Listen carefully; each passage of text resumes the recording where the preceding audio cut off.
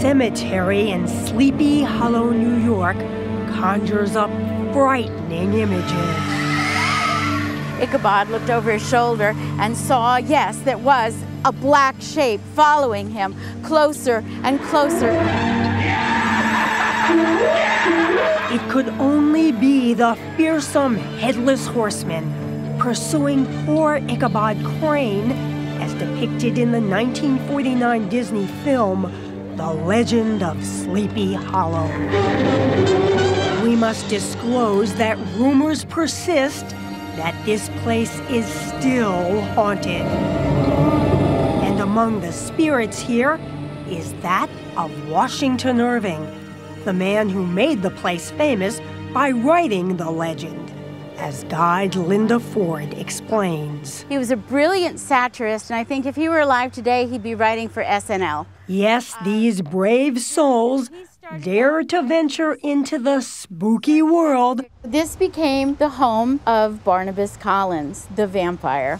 Of cemetery tourism. Come in. I just think they're wonderful places. They're full of history, and they're full of architecture, and full of dead people. They're full of dead people, but they don't mind. If there's a chief Tombstone tourist, it has to be photographer Doug Keister, who's visited hundreds of cemeteries and published 4 books. We have Andrew Carnegie. He says it's a great way to see how the rich and famous end up. Folks like steel manufacturer Andrew Carnegie. He was one of the wealthiest men in America, and his monument, which is a Celtic cross, is actually quite simple.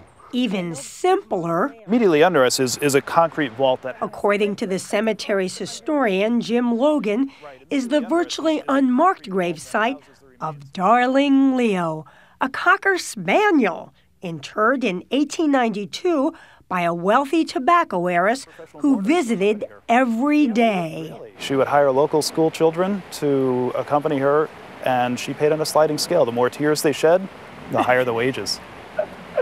Turns out you can learn a lot about human nature by visiting a cemetery. This is bigger than a lot of people's homes. Yes. Well, it's the Helmsley Mausoleum, and it's smaller than their home. No surprise that hotel magnate Leona Helmsley, notorious for her personal extravagance, would shell out millions for a tomb for herself, her beloved husband Harry, and her even more beloved Maltese, Trouble. But guess what?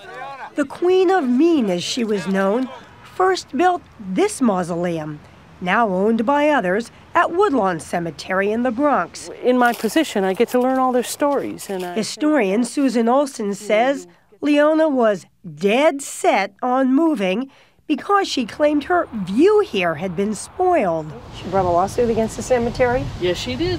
Is that all over, or is that still going on? I'm not allowed to talk about it. Of course, going out in style is old hat here at Woodlawn. This replica of Leonardo da Vinci's tomb, constructed at the turn of the 20th century, houses Oliver Belmont of the Belmont Raceway and his wife Alva Vanderbilt Belmont. What was the reason that they wanted to duplicate Da Vinci's tomb? Just because they could? Yeah, just because they could. And in a place where you can see the tombs of everyone from Miles Davis to F.W. Woolworth, and architecture styles from classic Egyptian to Gothic, complete with gargoyles, our favorite may just be this one that Keister calls "What Were They Thinking" architecture. Eccentric patent medicine maker Clark Dunlop and his wife Eliza loved parrots, and not just on stained glass.